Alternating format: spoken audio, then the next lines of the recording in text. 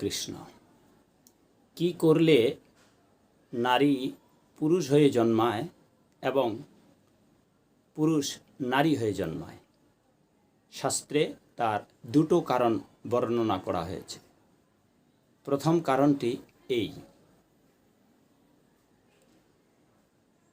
যদি কোনো নির্দোষ নারী স্বামী কর্তৃক লাঞ্ছিতা অপমানিতা হয়ে দেহত্যাগ করে মৃত্যুবরণ করে, তবে সেই নারী 3 জন্ম পুরুষ হয়ে জন্মায় এবং যেই পুরুষ কর্তৃক নারী লাঞ্ছিত হয় সেই পুরুষ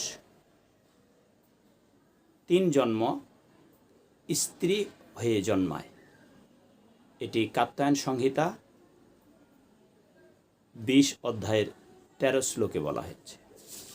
আর দ্বিতীয় কারণটি, মৃত্যুকালে যেই ব্যক্তি যেই চিন্তা করবে, যে নারী চিন্তা করবে সে নারী হয়ে জন্মাবে, যে পুরুষ চিন্তা করবে সে পুরুষ হয়ে জন্মাবে। সে সম্বন্ধে মহাভারতের ভীষ্ম পর্বের 30 অধ্যায়ের 5 এবং 6, গীতোপনিষদের 8ম অধ্যায়ের 5 এবং 6 শ্লোকে বর্ণনা করা হয়েছে।